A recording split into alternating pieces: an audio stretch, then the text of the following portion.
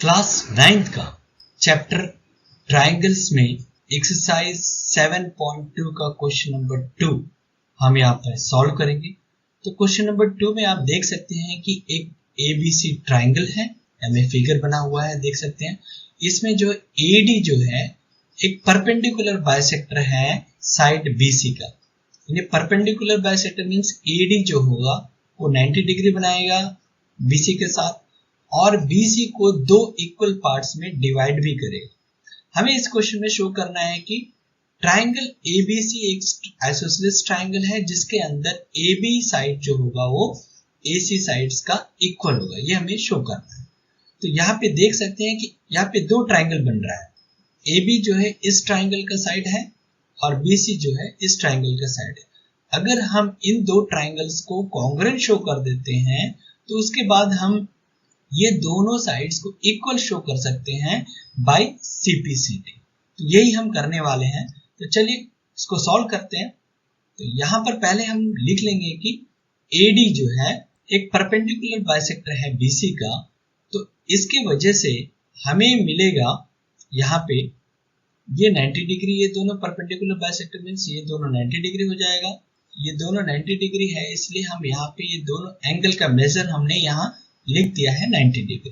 ये समझ में आ गया आपको। उसके बाद ये परपेंडिकुलर बाइसेक्टर है, तो बाइसेक्टर मींस ये दोनों साइड का लेंथ जो होगा सेम हो जाएगा। तो चलिए इसे भी लिख लेते हैं हम BD इक्वल टू CD। ये सभी चीज जो है ये क्वेश्चन में गिवन है, परपेंडिकुलर एंड बाइसेक्टर। ठीक है, ये दो ट्रायंगल को हमने शेड कर लिया। इन दोनों ट्रायंगल्स को लेना है। यहाँ पे एक ABD ट्रायंगल है और एक ACD ट्रायंगल है। इन दोनों ट्रायंगल्स को हम कॉन्ग्रुएंट प्रूव करने वाले हैं। तो चलिए पहले इन दो ट्रायंगल्स को लिख लेते हैं। In triangle ABD and triangle ACD, इन दोनों में BD इक्वल टू CD, ये हम अभी देख चुके हैं। BD और CD क्यों होगा? क्योंकि ये AD जो है BC को बाइसेक्ट करता है, तो ये गिवन है। नेक्स्ट, ये दोनों ट्रायंगल्स में ये एंगल जो है और ये एंगल दोनों कोरस्पॉन्डिंग एंगल जो है 90 डिग्री का है। ये भी परपेंडिकुलर यहाँ पे वर्ड लिखा हुआ है तो इसलिए ये दोनों भी सेम हो जाएगा। ये भी गिवन है, 90 डिग्री है दोनों। अब इन दो ट्रायंगल्स में एक कॉमन साइड भी है, देख सकते हैं AD दोनों में है, तो ये AD इक्वल टू AD दोनों कॉमन हो जाएगा। तो उसे भी हम लिखेंगे AD इक्वल टू AD, क्यों? कॉमन है।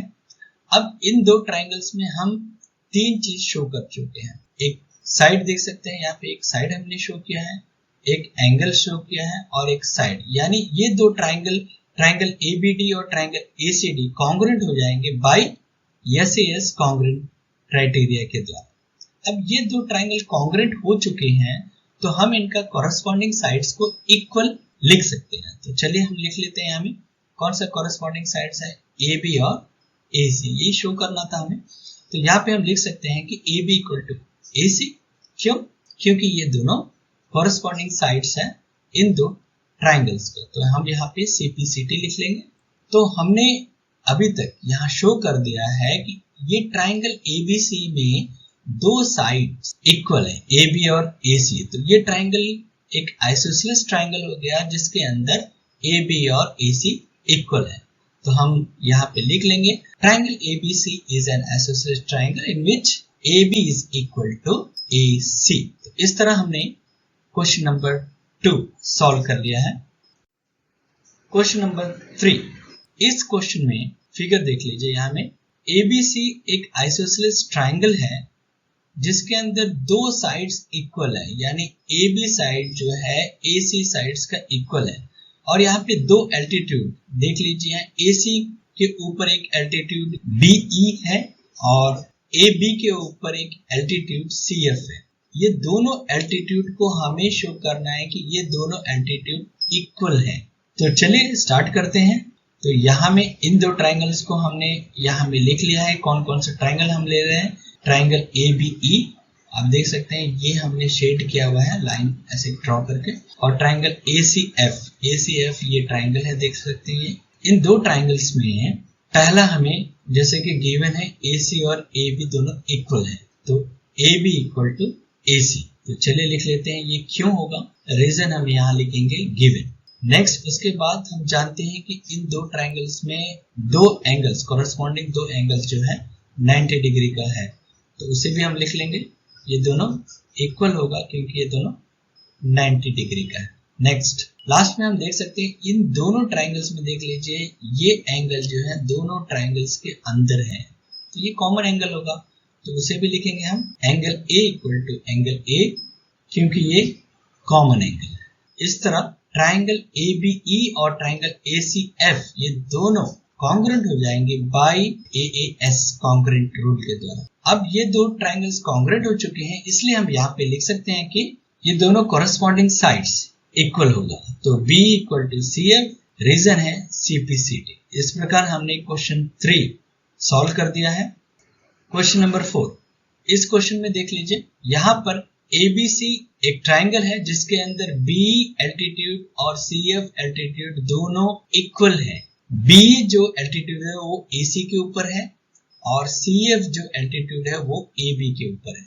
हमें यहाँ पे शो करना है कि ट्रायंगल ABE कॉन्ग्रुएंट होगा ट्रायंगल ACF के, और सेकंड में हमें शो करना है AB equal to AC। AB और AC देख सकते हैं, AB और AC ये दो कॉन्ग्रुएंट ट्रायंगल्स के साइड्स है, तो ये इजीली जब हम इसे प्रूफ कर लेंगे तो उसका कॉरेस्पॉन्डिंग साइड्स हम यहाँ शो कर देंगे बाय CPCT, ये हो जाएगा। तो चलिए फर्स्ट पार्ट स्टार्ट करते हैं। तो इन ट्रायंगल यही हम लिखेंगे ABE और ACF। इन ट्रायंगल ABE और ACF जैसे कि गिवन है पहले B इक्वल टू CF, ये ऑलरेडी गिवन है, देखिए B और CF एक क्वेश्चन में ही दिया है, तो ये B और CF हम लिख लेंगे इक्वल, क्यों, रीजन है गिवन।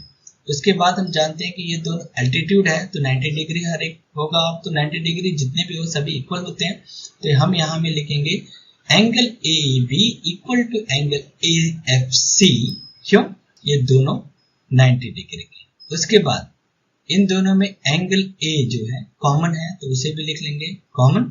इस तरह ट्रायंगल ABE और ट्रायंगल ACF कॉन्ग्रुएंट हो जाएंगे बाय AA रूल के द्वारा। अब ये दो ट्रायंगल्स कॉन्ग्रुएंट हो चुके हैं तो इसका कॉरेस्पॉन्डिंग साइड्स यानी ये ABE का साइड है और इसका कॉरेस्पॉन्डिंग साइड्स ACF में आपका AC है।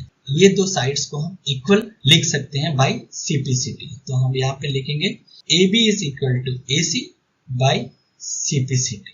2 नंबर देखिए, ये 2 नंबर इजीली कॉरेस्पॉन्डिंग साइड्स है तो हम 3 नंबर यहाँ पे इजीली सॉल्व कर चुके हैं इसका सेकंड पार्ट भी।